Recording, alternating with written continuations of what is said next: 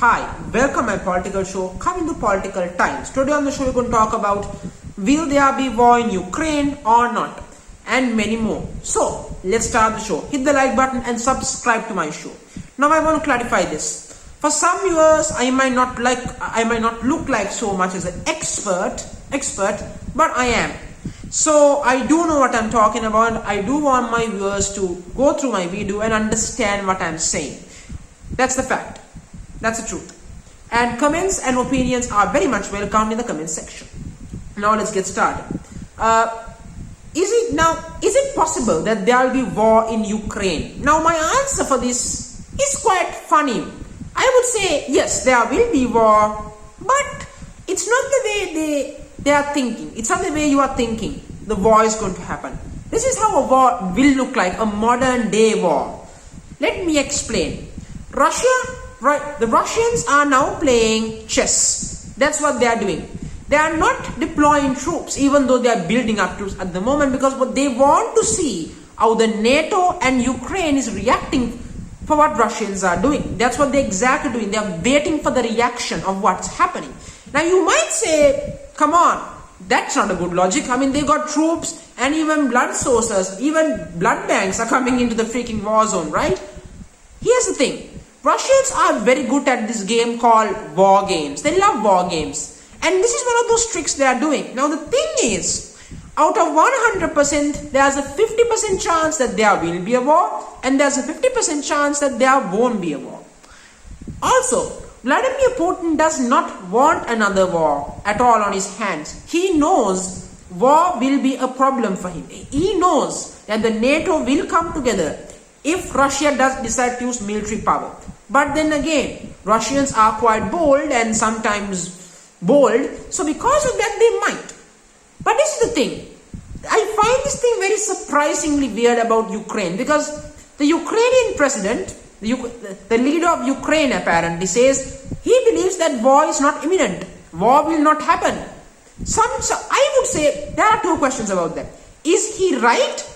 Or is he trying to project a picture of peace? When war does happen, people will not panic. Those are the two things. In my opinion, it's the second thing. It's actually the second thing. The leader of Ukraine knows that Russia will invade. Now, will invade. That's the truth. Because if you got so many troops in your opposite to your border, and so many soldiers and everything was happening, I would be surprised if they are not invading Ukraine. Ukraine has been one major important agenda for Vladimir Putin throughout his political career. He saw the destruction of the Soviet Union. He wants to get Ukraine under his thumb. He wants to. That's one achievement from his point of view that he couldn't achieve. And I will be very sure, I will guarantee you, he's very determined to make that happen. But here's the thing. Vladimir Putin does know that the West is far more sensible this time around than Obama administration when that happened. So this time around the United States is very, very much prepared. And so is the NATO. That's the reality at the moment of time. They are. Today, the White House once again said war in Ukraine is imminent. It's a possibility. It will happen. In the UK, the British government said the exact same thing. So if two parties are saying it is, some parties as such UK and the United States, then they might be right. But even if they were right, the leader of Ukraine can't tell his people war is coming, Russia is invading. That will create panic. That will create major chaos. So he's trying to project a very positive image. That's fine. But I do hope that the intelligence or the military in Ukraine are prepared in case Russia do invade. If they don't, this will be like how Germany invade Poland in the World War II. That's the truth. Also now moving on, let's talk about Boris Johnson. Boris Johnson, the Partygate man, the man who put 16 to 17 parties during COVID, when he told other people not to even put your own child's funeral. That's Boris Johnson. Well, Boris Johnson apologized very well. Unfortunately, I don't think that's enough. The damage he has caused, he acted as if everything, the actions he caused is what pretty much everyone says about the UK. The rich and the wealthy in the United Kingdom is above the law. They can do what the hell they want. Like the royal family, like Boris Johnson, politicians. When the people in the country make sacrifices at the end.